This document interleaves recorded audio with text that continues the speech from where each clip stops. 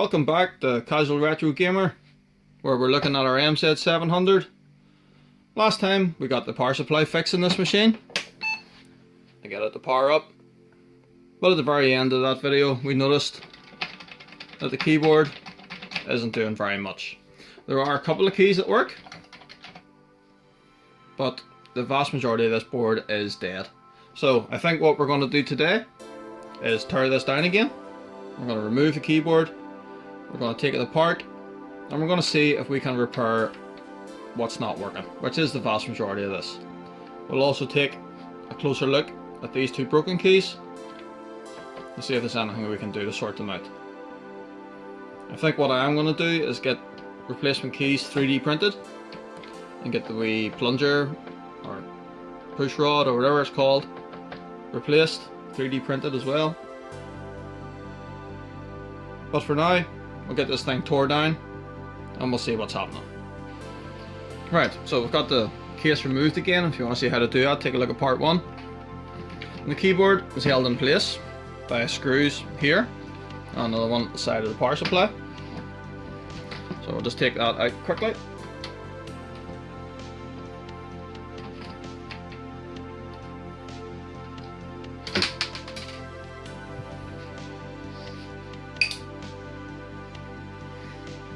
Handy magnetic tray for storing screws. I already have this one out. So now we have that out, the keyboard should lift up. So it's held in place, or it's connected to the board by this ribbon cable. So hopefully this will just pull out.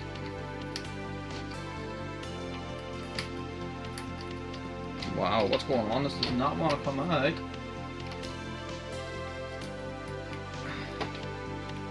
There we are. Oh. Oh dear. First problem. Was I supposed to do something with this? Because if you can see down here, pulling that ribbon out has actually pulled out 3 of the teeth from that. Let me have another closer look at this. Dust bunnies. I mean, that does not come apart. You know, it's not like you would maybe see in an Amiga or something. Oh, I've moved you out of the frame. It's not like you would see in an Amiga or something where that would maybe have a tab on it that lifts up or something to let the ribbon come out. So I don't see how, I mean, yeah, that's not good either. Look at that. Some serious amount of corrosion. So is there maybe another reason why this keyboard's not working? All this damage. Well, I think what we'll do here is we'll just try and, all I can really do is try to push these back into position. Get a wee screwdriver. In terms of this wee bit of corrosion, we'll grab a cotton bud and a wee bit of our isopropyl alcohol.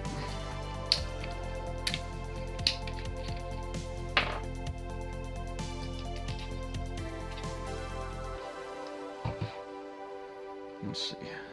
All that.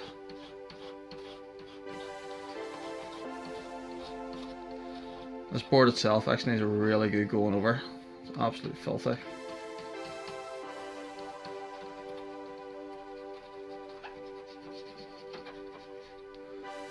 I have to steal that, like. You know what I mean? So you know what? I'm gonna spend a couple of minutes here, just get this board cleaned up a bit.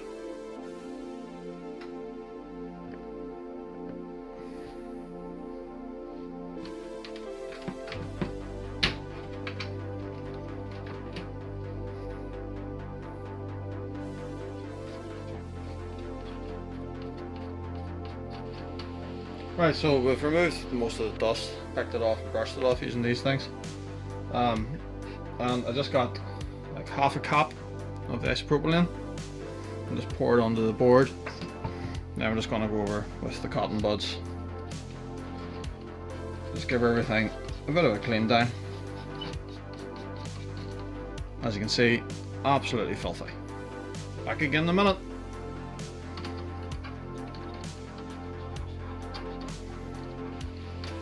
Right, so I spent probably about an hour or so trying to clean this thing. It's absolutely filthy, as you can see, all my cotton buds, and that's not even all of them. It's probably about as clean as I can get it for now, to be honest. It's still a wee bit of residual grime on it, but I don't think it's too bad, to be honest, compared to where we started from. So I removed the modulator here just to clean underneath it, so that's all been done. So we'll just screw that back in place quickly. There's 3 screws in it. 1, 2, 3. So I'll just get these back in quickly.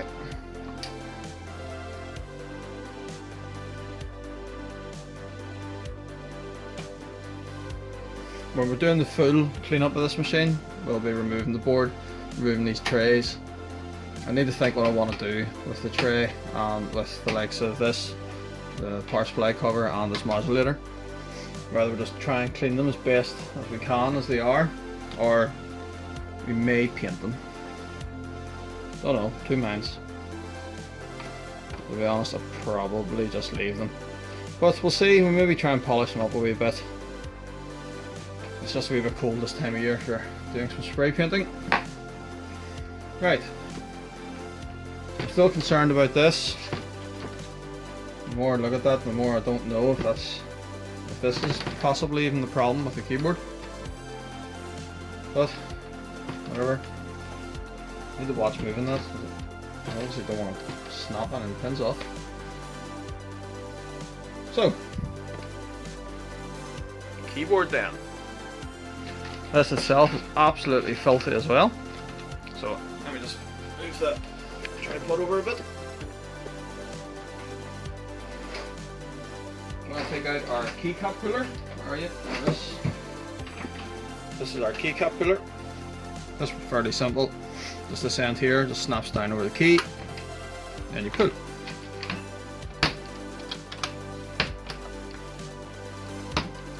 Alright. Supposed to pull. Oh dear, maybe it doesn't like these keys. There's a profile on them. Let me try one of the keyboard keys themselves. Oh no. The keys. Oh, there we are, we're on it now. There we go. One key off. So I'll just give you a chance to see the state of the yellow one on this, which is quite severe actually. Grab one of these cotton buds, give us a bit of a clean.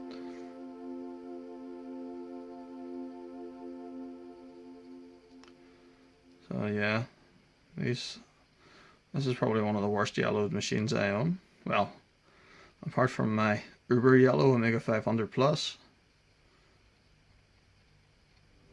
But yeah,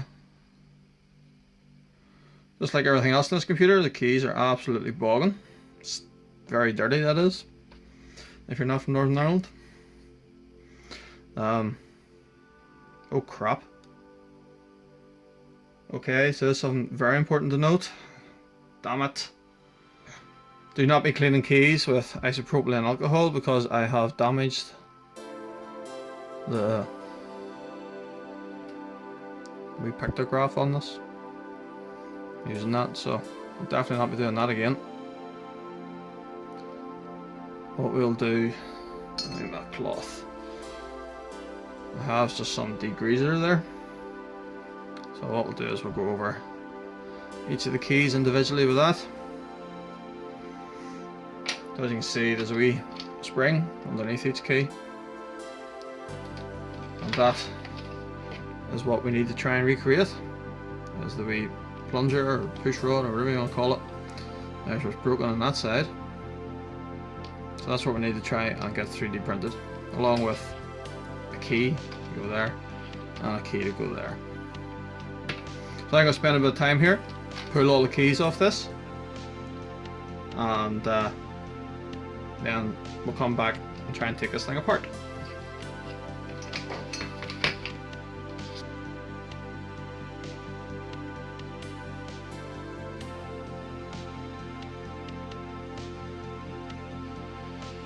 Right, So we've got all the keys removed.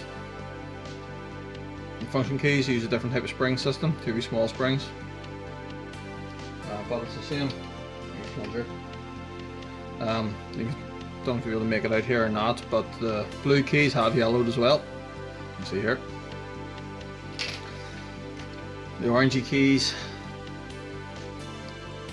again, pretty hard. It's actually quite hard to see on these if they have yellows, but I'd have to assume that this coloured slightly, considering how much this colouring has just went on the other keys. Possibly a slight option here. I need to see how this is wired up internally, but the shift keys on either side use 2 of the wee plungers. So it's possibly an option that I can swap one of each onto these locations, and if I still kept the spring on here on both sides, the shift key would hopefully still work and feel as it was.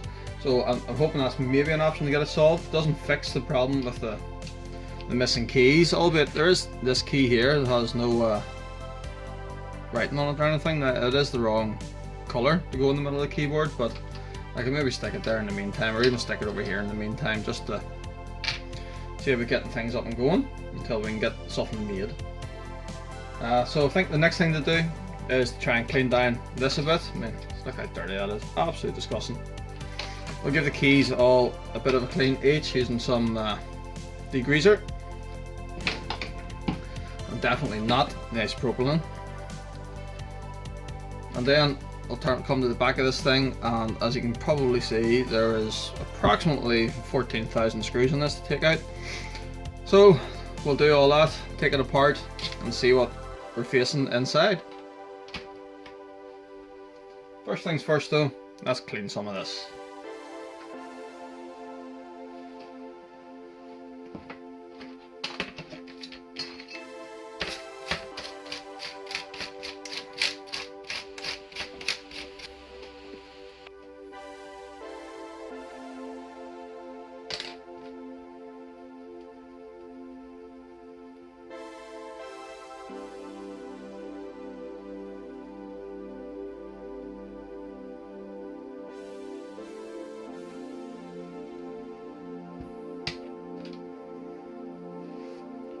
Tedious.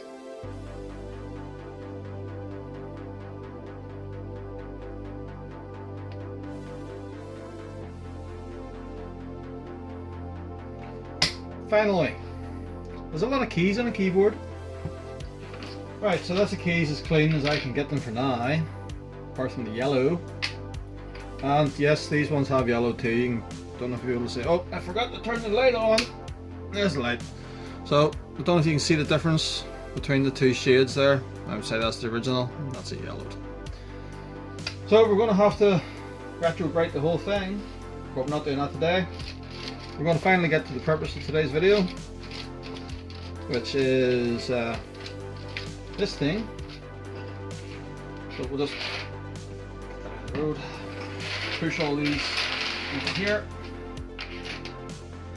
we'll get our wee screwdriver. And we'll start taking out all these screws. Where's my wee jar? Like I said before, but this here probably one of the best tools you can have, because all you have to do is throw your screws into it, and then you're never going to lose them. Right, so that's all the screws out. Let's see what we have.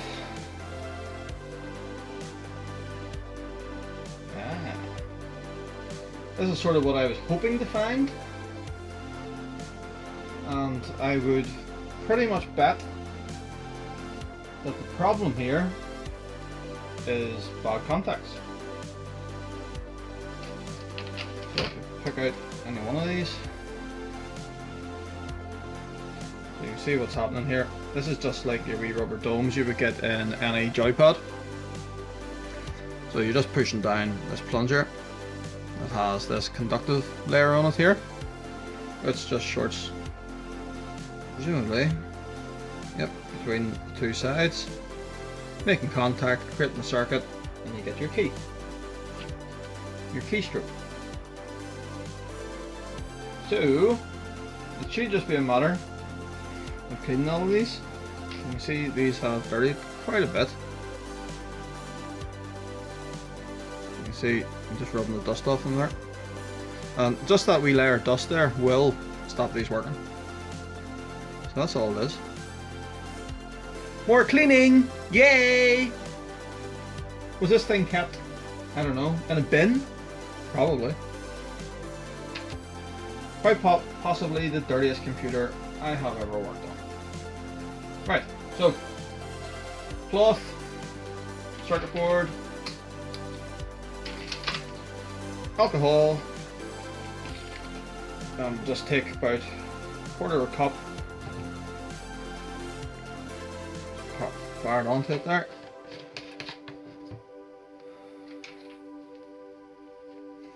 And give this a good clean.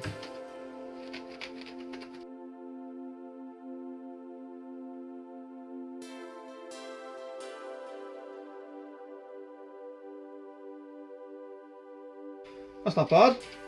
Pretty good. Most of the wee bits of corrosion are off those wee pads now. This is what we want. There will still be wee marks on them just for where they've been used for years. There's not much you can do about that, or need to do about that really.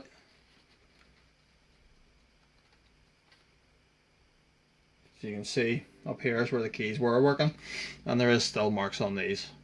So that shouldn't really have too much bearing on it. And actually, just to confirm, that is one of those, I think one of the keys that was working, and you can see that that is nice and clean compared to one of the ones that wasn't working. You can see the difference. Contacts in this one nice and clean, these ones quite dirty. So I'm just going to spend a wee bit of time here and go over all of these. In fact, actually before we do that, let's lift this here back up and have a quick think about what we can do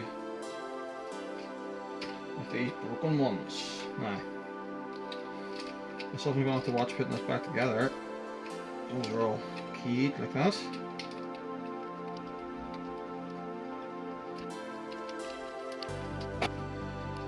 Right, so where's broken ones? Broken. Broken one.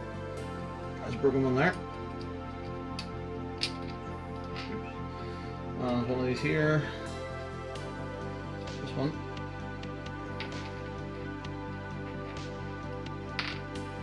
Now, so as I was saying, the shift keys, I can figure out which ones were shift. These ones here, wasn't it? Down this bottom corner.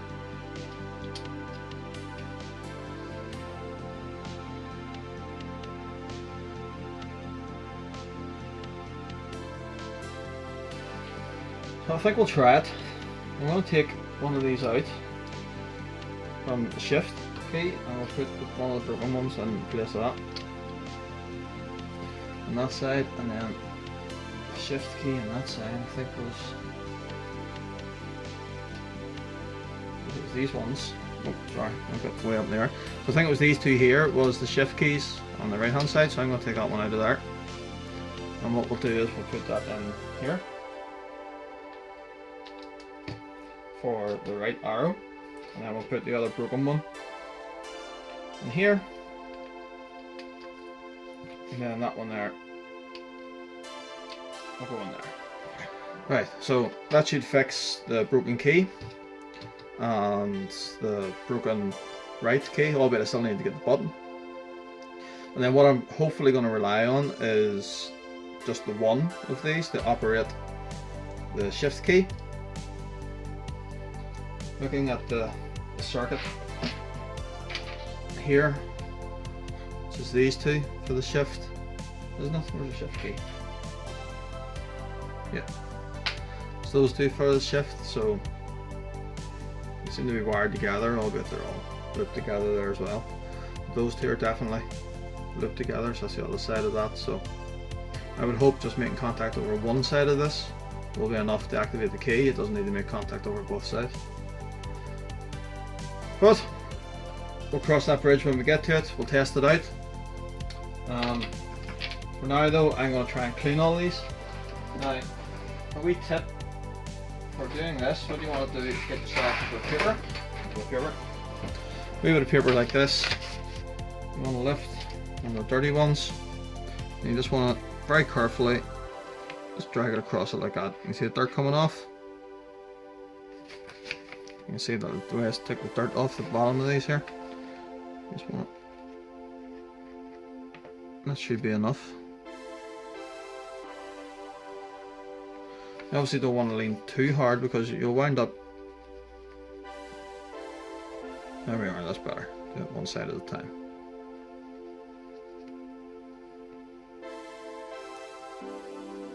You don't want to go over this too much because you're actually just wearing away the wee pad there, but paper seems to be pretty good at cleaning these. So hopefully that's one cleaned. Put that back. And yeah, this might take a while. Be back soon. Right, so spent another while here and gone over all of these, cleaned them all. You see the state of the paper. We've just been taking them out one at a time, rubbing them. And all that does really is remove this, what is possibly oxidization or dust even, or well, whatever it is. You can see it likes that one there, it's still there present in the middle of it, but that bit doesn't make any contact with the board, it's just the two bits out of side. So they're all cleaned now, the board's been cleaned. What we'll do is we'll get it back together, we'll get it in the computer, and fingers crossed, that's the keyboard working again. It's going to take me a while to get it back together, so back soon. Right, so keyboard. I'm going to first of all try this without putting the keys on, because I want to retrograde them and I don't want to put them all on just to take them all off again. I appreciate that without the keys and without the springs in place, these are lying down a bit. So there is a possibility that in this current state, these are all going to be shorting out against the contacts. So you probably need the key in place with the spring to hold that up so it's off the board in there. But look, we'll try it first of all and see. I'm also still very worried about this. Don't really know what else to do with it, if I'm being honest.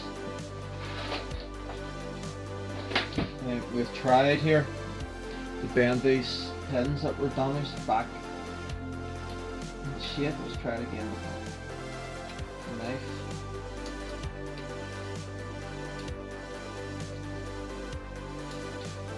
But you know, between the damage, or well, the dirt in the keyboard here and the damage to this, you know, there's a good chance that even it's just this here is the problem. The key's not working. But look, we can only do what we can. I have straightened those pins as best as possible, so put that back in. I'm not worried about screwing down these wires or anything at this stage. What we'll do is just power this thing on TV. Alright, so let's move up a bit closer to the action. Okay, so TV's on, power the machine on. Fingers crossed. Nothing.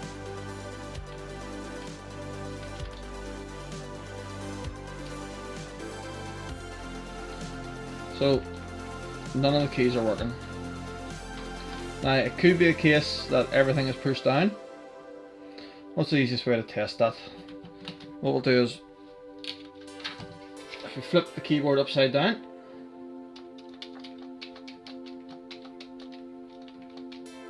some of the keys are working.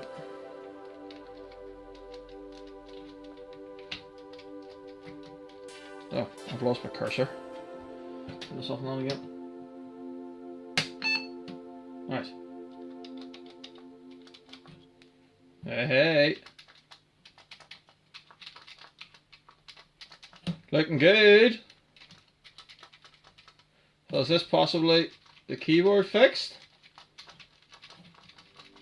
So I think it is a case that, as you can see, I'm holding this upside down here at the moment. So I think it was just a case there that when it was turned up the other way, all the wee contacts were lying down against the board, shorting the whole thing out.